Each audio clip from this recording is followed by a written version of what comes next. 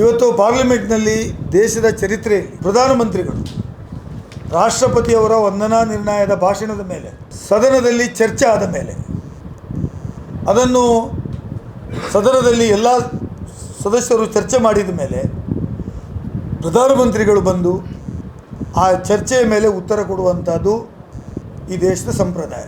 ನಮ್ಮ ದೇಶದ ಪ್ರಧಾನಮಂತ್ರಿಗಳು ಸ್ಪೀಕರ್ ಅವರು ನೀವು ಸದನಕ್ಕೆ ಬರಬಾರ್ದು, ನಿಮಗೆ ಅಟ್ಯಾಕ್ ಮಾಡ್ತಾರೆ, ನಿಮ್ಮ ಮೇಲೆ ಅವರು ಮುಗಿಬಿಡ್ತಾರೆ, ನೀವು ಬರಬಾರ್ದು ಅಂತ ಹೇಳಿದಕ್ಕಂಥದ್ದು ನಮಗೆಲ್ಲರಿಗೂ ಇವತ್ತು ನಾಚಿಕೆ ತರುವಂಥ ಕೆಲಸ ಆಗಿದೆ.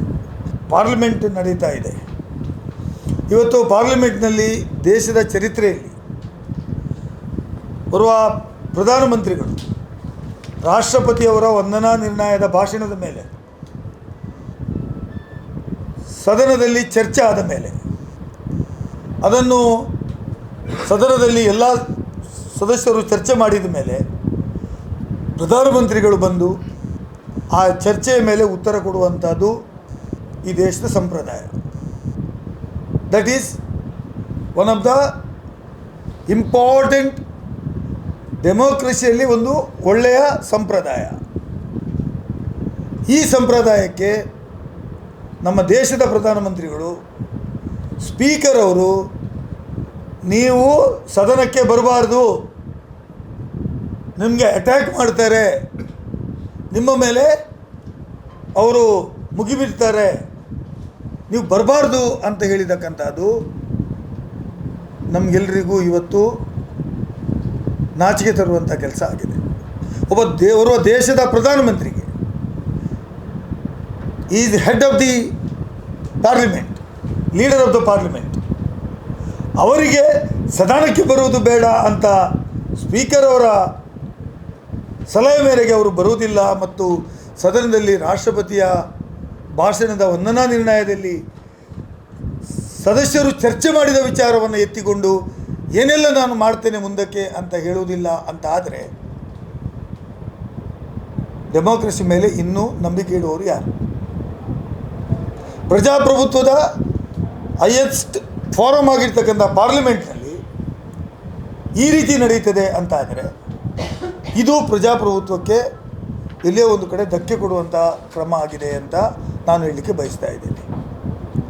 ಇವತ್ತು ಪ್ರಜಾಪ್ರಭುತ್ವದಲ್ಲಿ ಅನೇಕ ವಿಚಾರಗಳು ನಡೀತವೆ. ಈಗ ನಮ್ಮ ಕರ್ನಾಟಕದಲ್ಲಿ ನಡೆಯಿತು. ರಾಜ್ಯಪಾಲರು ಬಂದರು, ಅವ್ರ ಭಾಷಣ ಓದಲಿಕ್ಕೆ ಒಪ್ಪಲಿಲ್ಲ, ಕಡೆಯ ಕೆಲವು ಸೆಂಟೆನ್ಸ್ಗಳನ್ನು ಓದಿದರು ಮತ್ತು ಅವರು ಹೇಳಿದರು ಇಲ್ಲ ನನ್ನ ಭಾಷಣ ಕಂಪ್ಲೀಟ್ ಆಗಿದೆ ಅಂತ ಹೇಳಿ ಹೋದರು.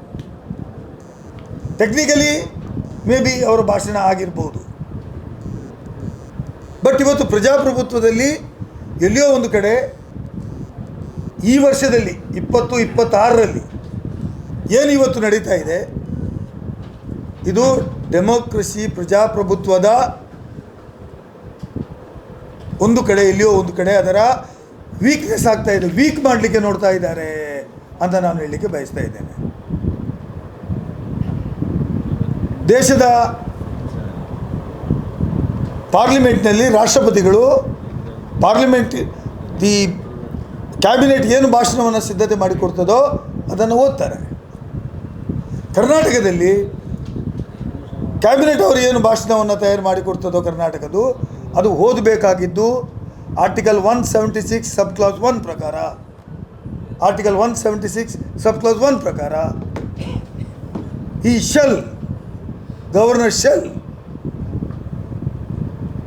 Read the speech prepared by the cabinet ಅಂತ ಇರೋದು. ಅದನ್ನು ಮಾಡಲಿಲ್ಲ ಅಂತ ಏನಾದರೂ ನಾವು ಅದರ ಬಗ್ಗೆ ಏನಾದರೂ ಯಾಕೆ ಮಾಡಲಿಲ್ಲ ಅಂತ ಕೇಳಿದರೆ ಇಲ್ಲ ರಾಷ್ಟ್ರಪತಿಗಳ ಬಗ್ಗೆ ರಾಜ್ಯಪಾಲರ ವಿಚಾರದಲ್ಲಿ ನೀವು ಚರ್ಚೆ ಮಾಡಬಾರ್ದು ಅಂತ ಎಲ್ಲಿಯೂ ಇಲ್ಲ. ಅದರ ಅಗೌರವವಾದಾಗ ಒಬ್ಬ ರಾಷ್ಟ್ರದ ಪ್ರಜೆಗಳಾಗಿ ಅದನ್ನು ಪ್ರತಿಭಟನೆ ಮಾಡ್ತಕ್ಕಂಥದ್ದು ನಮ್ಮ ಹಕ್ಕು. ದೇಶದ ಪ್ರಧಾನಮಂತ್ರಿಗಳು ಆನ್ಸರ್ ಮಾಡದೇ ಇರುವಂಥದ್ದು ಒಬ್ಬ ಶಾಸಕನಾಗಿ ನನಗೆ ಮನಸ್ಸಿಗೆ ನೋವನ್ನು ತಂದಿದೆ. ಮತ್ತು ಸ್ಪೀಕರು ಈ ರೀತಿಯ ಇನ್ಫಾರ್ಮೇಷನನ್ನು ಪಾರ್ಲಿಮೆಂಟ್ನ ಪ್ರಧಾನಮಂತ್ರಿಗೆ ಕೊಟ್ಟಿರ್ತಕ್ಕಂಥದ್ದು ಕೂಡ ಸರಿಯಾದ ಕ್ರಮ ಅಲ್ಲ. ಮತ್ತು ಯಾರಿಗೆ ರಕ್ಷಣೆ ಎಲ್ಲಿದೆ? ವಿದಿನ್ ದಿ ಹೌಸ್ ಅವರು ಚುನಾಯಿತರಾಗಿ ಬರ್ತಾರೆ, ತಮ್ಮ ಹಕ್ಕುಗಳನ್ನು ಕೇಳ್ತಕ್ಕಂಥದ್ದು, ತಮ್ಮ ಹಕ್ಕಿಗೆ ಪ್ರತಿಭಟನೆ ಮಾಡ್ತಕ್ಕೆಲ್ಲ ಆ ಪಾರ್ಲಿಮೆಂಟ್ ಮೆಂಬರ್ರ ಹಕ್ಕು ಇರ್ತದೆ. You are denying it. ಇದು ಸರಿಯಾದ ಕ್ರಮ ಅಲ್ಲ ಅಂತ ಹೇಳೋದನ್ನು ತಮ್ಮ ಮೂಲಕ ನನ್ನ ಭಾವನೆಗಳನ್ನು ವ್ಯಕ್ತವನ್ನು ಪಡಿಸಲಿಕ್ಕೆ ಬಯಸ್ತಾ ಇದ್ದೀನಿ. Correct. He has every right and he represents all the MPs who are there. If anything he has an information about something is happening in interest of the MPs, as a custodian of the house, he has every right to protect the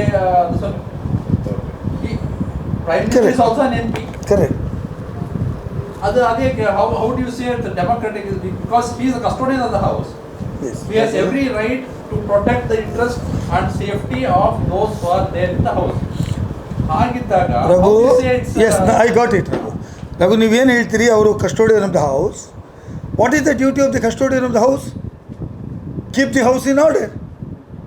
if not, are you helpless? No. You can, if you have information, you can put the member, name it and put him out. Whoever the members. Whether you can restrain the Prime Minister of India to express to express the views in the parliament. No, but taking that action, how can you say the democratic?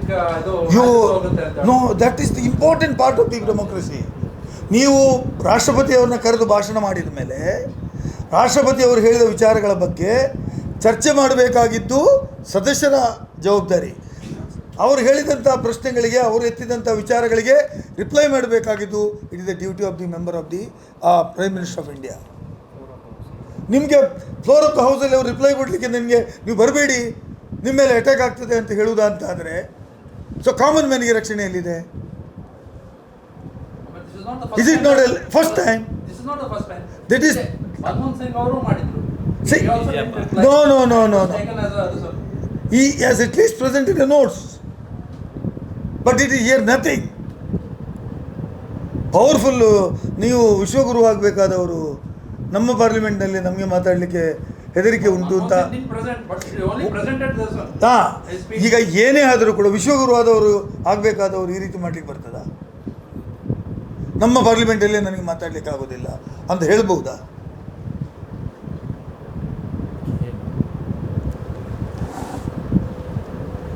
ಇದು ಉಂಟಾ ಮುಖ್ಯಮಂತ್ರಿ? ಇದು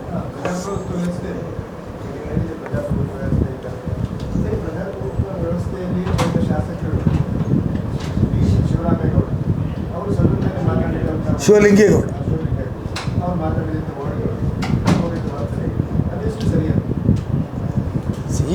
parliament assembly ಒಳಗಡೆ ಅವರು ಮಾತಾಡಬಾರ್ದು ಅಂತ ನಾನು ಹೇಳೋದಿಲ್ಲ.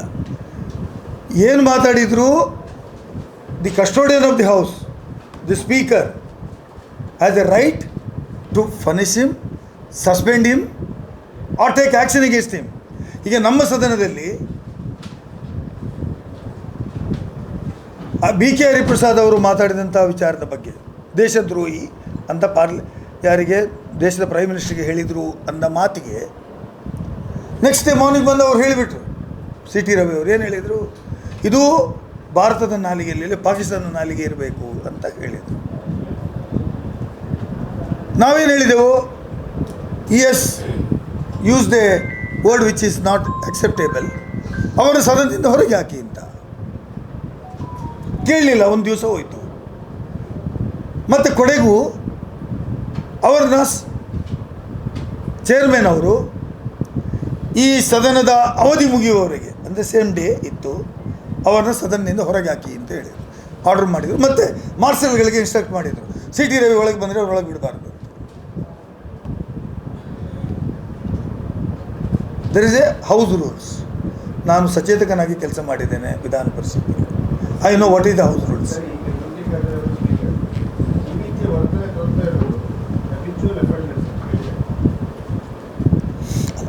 ಏನು ಹೇಳಿದರೂ ಕೂಡ ಸದನದ ಒಳಗಡೆ ನಡೆದಿರ್ತಕ್ಕಂಥ, ನಾನು ಅದರ ಬಗ್ಗೆ ವಿಶ್ಲೇಷಣೆ ಮಾಡೋದಿಲ್ಲ.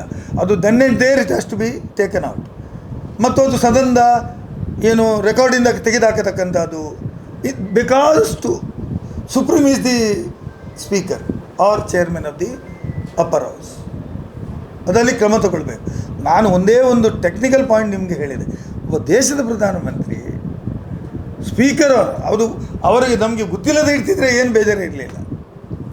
ಎಷ್ಟೋ ಮಂದಿ ಭಾಷಣ ಮಾಡದೇನೆ ಹೋಗ್ಬೋದು, ಗಲಾಟೆ ಆಗ್ತದೆ, ಭಾಷಣಗಳಾಗೋದಿಲ್ಲ, ಇದು ಇರ್ತದೆ.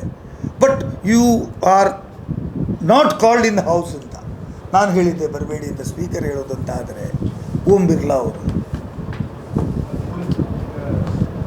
ರಾಜ್ಯದಲ್ಲಿ ಮತ್ತೆ ಮುಖ್ಯಮಂತ್ರಿ ಬದಲಾವಣೆ ಆಗಿರುವ ಚರ್ಚೆಗಳು ನಿನ್ನೆ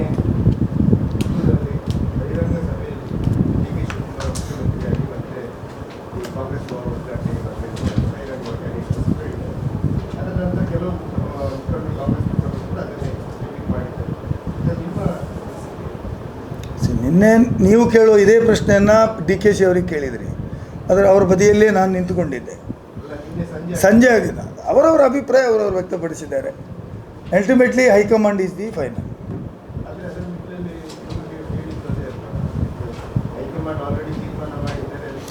ನಾನು ಏನು ಹೇಳ್ತೀನಿ, ಹೈಕಮಾಂಡ್ ಏನು ಹೇಳ್ತದೋ ಹಾಗೆ ನಡೀತದೆ. Both are shed, C M and deputy C M. ನಾವು ಹೈಕಮಾಂಡ್ ಹೇಳಿದಂತೆ ನಡೀತೀವಿ.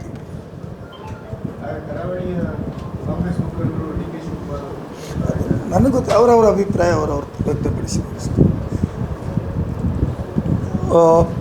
ಮುಖ್ಯಮಂತ್ರಿ ಪರಿಹಾರ ನಿಧಿಯಿಂದ ಸುಮಾರು 9 ಜನ ಅರ್ಜಿದಾರರಿಗೆ ಅಸೆಂಬ್ಲಿಯಲ್ಲಿ ಇದ್ದ ಕಾರಣ ಸ್ವಲ್ಪ ಸುಲಭ ಆಯಿತು ತರಲಿಕ್ಕೆ.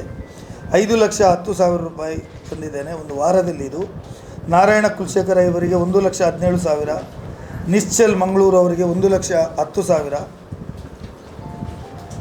ಎಂ ಅಬ್ದುಲ್ ಖಾದರ್ ಮಂಗಳೂರು 59,066, ಲಿಲ್ಲಿ ನೊರೋನ್ನ ವಾಮಂಜೂರು 51,000, ಇಬ್ರಾಹಿಂ ಸಜಿಪಾಡು 45,000, ಉಸ್ಮಾನ್ ಮೂಡುಬಿದಿರಿ 41,000, ಅಬುಬಕರ್ ಇವರಿಗೆ 22,000, ಅಬ್ದುಲ್ ರಜಾಕ್ ಕುದ್ರೋಳಿ ಇವರಿಗೆ 18,476, ಲಾರೆನ್ಸ್ ಲೋಬೋ ಚೆಪ್ಪಿನಮೊಗರು 17,987, ಶ್ಯಾಮ್ ಭಟ್ ಇವರಿಗೆ 15,500, ಮೊಹಮ್ಮದ್ ಬಾಬಾ ಅಡ್ಡೂರು ಇವರಿಗೆ 13,000. ಒಟ್ಟು 5,10,000